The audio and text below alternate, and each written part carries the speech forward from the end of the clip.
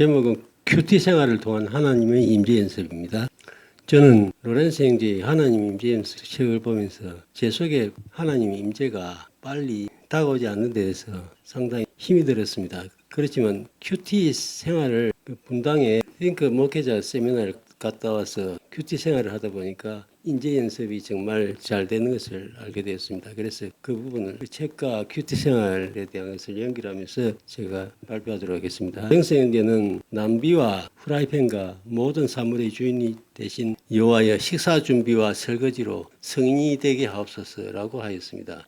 로렌스 형제는 임재의 뜻이 무엇인가에 대해서 말하기를, 하나님의 뜻이 무엇인가에 대해서 정의하기를, 자신의 영혼을 하나님께 맡겨드리는 것과 하나님이 자신과 함께 계시다는 것을 깨닫는 것이라고 이야기했습니다. 제가 하나님 임재 연습 책을 쭉 보면서 정리를 해봤는데요. 하나님 임재 연습을 하기 위해서 두 가지가 병행되어야 되는데, 첫째가 하나님의 임재 연습을 하기 위해서는 자기 자신이 아니라 하나님께 생각을 집중해야 하며, 하나님의 임재는 어떠한 프로그램으로 체험할 수 없다는 것입니다. 그것은 반복되는 연습, 하나의 삶의 습관이며 우선순위를 정하고 생각을 분산시키는 것을 제거하며 하나님의 간에 생각하기로, 그것도 많이 생각하기로 결정하면 된다는 것입니다. 말은 이런데 제가 막상 해보려니까 정말 힘들고 잘 되지 않았습니다. 하나님께 나아가는 데 있어서 가장 중요한 부분은 그분께 나아가는 것을 방해하는 요소들을 그때그때 계속하여 포기하는 작업입니다. 그러면 우리는 아주 단순하게 그리고 자유롭게 하나님과 지속적인 대화를 나눌 수 있다는 것입니다.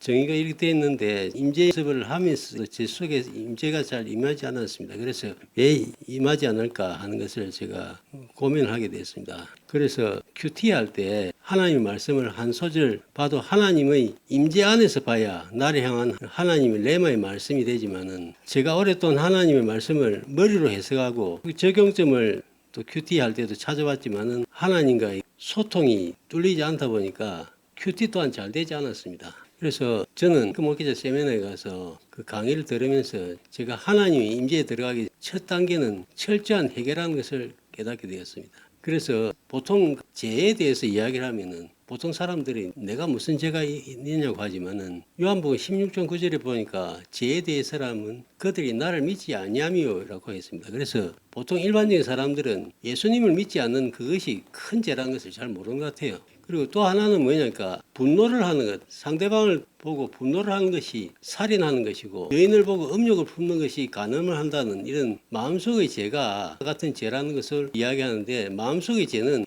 행위로서 드러나지 않았기 때문에 이것을 죄로 생각하지 않음으로써 죄를 언제든지 환경이 나빠지면은 이 마음속에 있는 죄가 행위로서 나타날 수 있다는 데 대해서는 죄에 대해서 간과하는 것을 깨닫게 되었습니다. 그렇지만 저는 이 부분에 세미나 과정에 깊은 해결을 하게 되었습니다. 그래서 하나님의 임재에 들어가기 위해서 첫 단계는 철저한 회개이며, 죄를 회개하면 죄를 회개하면서 공동체에 대해서 죄를 자백하면은 제가 힘을 잃고 지속적인 임재 속에 거할 수 있음을 아래 성경 구절에서 또한 제가 확인할 수 있었습니다. 성경 구절을 몇 개 한번 읽어보겠습니다. 요한일서 1장 9절을 보니까, 만일 우리가 우리 죄를 자백하면 그는 미쁘시고 의로우사 우리 죄를 사하시며 우리를 모든 불의에서 깨끗하게 하실 것이요 하면서 우리가 죄를 자백할 것을 이야기하고 있습니다. 그리고 시편 32장 5절에 보니까, 내가 이르기를 내 허물을 여호와께 자백하리라 하고 주께 내 죄를 아뢰고 내 죄악을 숨기지 아니하였더니 곧 주께서 내 죄악을 사하셨나이다. 여기서도 죄를 하나님께 자복하는 것을 나오고 있습니다. 그리고 잠언 28장 13절을 보니까, 자기 죄를 숨기는 자는 형통하지 못하나 죄를 자백하고 버리는 자는 불쌍히 여김을 받으리라고 이야기하고 있습니다. 그래서 죄에 대한 해결을 통해서 하나님과의 그 임재의 통로가 열릴 뿐만 아니고, 제가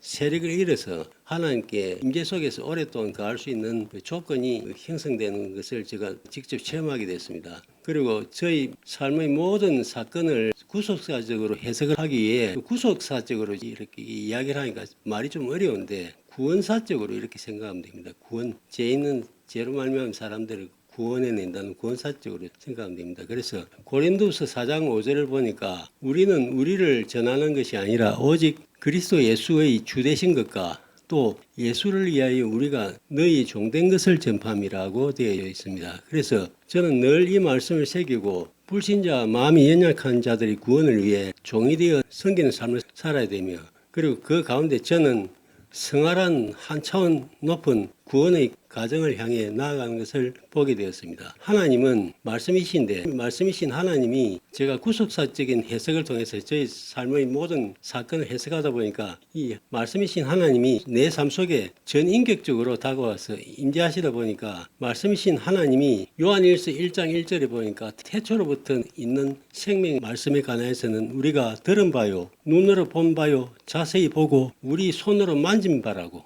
하면서 하나님 말씀이 전인격적으로 권능으로 임하는 것을 체험하게 되었습니다. 이상입니다.